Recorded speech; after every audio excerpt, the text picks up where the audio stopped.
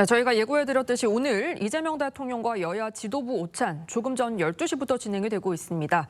주요 전국 현안을 논의할 걸로 보이는데요. 먼저 미국이 이란의 핵시설을 공격한 소식부터 짚어보면서 오찬 소식은 들어오는 대로 자세히 전해드리도록 하겠습니다. 봉영식 연세대 통일연구원 연구위원 나오셨습니다. 안녕하십니까? 안녕하십니까? 네, 이스라엘과 이란의 전쟁 긴박하게 돌아가고 있습니다. 미국이 이란의 핵시설 3곳에 대한 공습을 단행했고요. 트럼프 대통령은 이스라엘의 입장 변화가 없을 경우 앞으로의 공격은 더욱 강해질 거라고 경고했는데요. 트럼프 대통령의 대국민 담화부터 직접 들어보겠습니다. The U.S. military carried out massive precision strikes on the 3 key nuclear facilities in the Iranian regime, Fordow, Natanz, and Esfahan. Tonight I can report to the world that the strikes were a spectacular military success. Iran's key nuclear enrichment facilities have been completely and totally obliterated. Iran, the bully of the Middle East, must now make peace. If they do not, future attacks will be far greater. Congratulations, President Trump. Your bold decision to target Iran's nuclear facilities with the awesome and righteous might of the United States will change history. In tonight's action against Iran's nuclear facilities, America has been truly unsurpassed. It has done what no other country on earth could do. 네, 연구원님, 앞서 트럼프 대통령이 2주 기간을 주겠다라고 했었는데 이렇게 기습적으로 공격을 단행한 이유가 뭘까요? 지금 미국 내 군사 전문가들 그리고 군부 인사들은 기만 전술이었다. 예. 실제로는 이제 공습을 할 준비를 예전부터 준비를 해왔고 B-2 폭격기가 미주리 기지에서 이제 괌으로 이동한 여러 가지 정황이 있는데 2주 후에 결정하겠다고 한 것은 이란 측의 이제 그런 정세 판단에 혼란을 주기 위한 기만 전술이었다는 게 정설입니다. 기만 전술 얘기를 해주셨는데 이 트럼프 대통령이 타격을 했다라고 밝힌 곳이 3곳이잖아요. 네네. 포르도, 나탄즈, 이스파한 이렇게 3곳인데 특히 포르도가 이란 핵시설의 심장부라고요. 예, 그렇습니다. 3군데 중에서 이제 포르도의 그런 지하 핵 저장 시설 그리고 생산 시설을 공습하는데 포탄 하나당 약 13톤의 그 중량입니다. 그래서 예. B-2 스텔스 폭격기만이 그 폭탄을 벙커버스터를 탑재해서 임무를 완수할 수 있기 때문에 이스라엘이 아무리 공군력을 동원한다 하더라도 이 이란 내 이 핵시설을 완전 파괴하는 것은 사실 능력이 없었습니다. 근데 이번에 미국이 이스라엘의 그런 요청을 받아들여서 합동 군사작전을 개시했습니다. 네. 하지만 이제 트럼프 대통령은 이란의 이 핵시설이 완전히 파괴되었다고 지금 발표를 했지만 예. 이란 측은 그 보도를 부인하고 있습니다. 네. 이미 농축 우라늄을 안전한 곳에 옮겼다. 그리고 핵시설이 완전 파괴된 것이 아니다고 얘기하기 때문에 좀 더 두고 봐야 될 것입니다. 그리고 완전히 파괴됐다 하더라도 이미 이란은 이런 무기급 농축 우라늄을 생산하고 저장할 폭탄으로 제조할 능력을 획득했습니다. 예. 따라서 이것이 끝이 아니라 시작입니다. 이란이 만약에 보복을 결심하고 차근차근의 계획을 실행한다면은 언젠가는 트럼프 행정부의 임기가 끝난 후 오랜 시간이 네. 지난 후에는 다시 이란이 핵무기를 생산할 가능성은 충분히 있습니다. 네, 그런데 보도를 보니까 미국이 이 포르도 핵시설 공격에 벙커버스터 6발을 투하했다고 하거든요. 이 위력이 어느 정도인가요?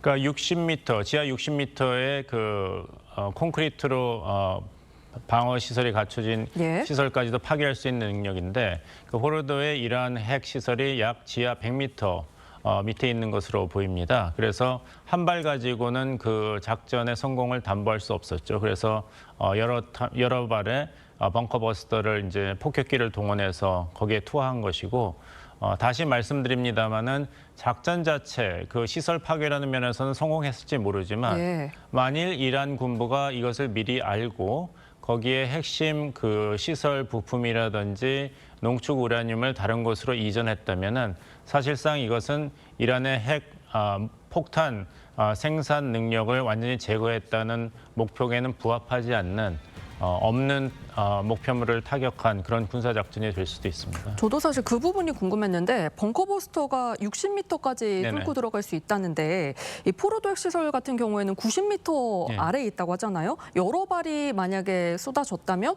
분명히 공격은 효과가 있었을 거라고 보시는지요? 하지만 다시 말씀드립니다만 만약에 농축 우라늄, IAEA가 밝힌 바로는 이란이 순도 60% 이상의 농축 우라늄을 적어도 400kg 이미 생산 보유하고 있다고 했습니다. 만약에 그것이 포로도 핵시설에 저장돼 있지 없다면 다른 네. 곳으로 이전됐다면 이번 군사작전은 처음서부터 잘못된 목표물을 타격한 것입니다. 뭐 그런 교수님 말씀대로라면 트럼프가 애초에 뭐 성과를 과장했을 가능성도 있는 걸까요? 그렇습니다. 이제 협상을 통해 가지고 이전에 민주당 정부가 이루지 못했던 협상을 통한 중동의 평화 그리고 이러한 핵 위협의 제거라는 엄청난 성취를 과시하고 싶었는데 이 위트코프 특사가 5차례 이란 측과 협상을 했지만 이란 측의 입장 변화가 없었습니다. 그래서 이번에 이스라엘의 이런 강경책을 수용함으로써 군사작전을 상상하지 못했던 군사작전을 미국이 감행함으로써 이란 측에 무조건 항복을 다시 한번 요구하는 것으로 사용했는데 이미 미국이 군사행동이라는 금도를 넘었지 않습니까? 이런 사례가 없습니다. 미국을 직접 겨냥한 직접적인 핵무기 위협이 아닌데도 미국이 군사력을 동원해서 핵시설을 파괴했다.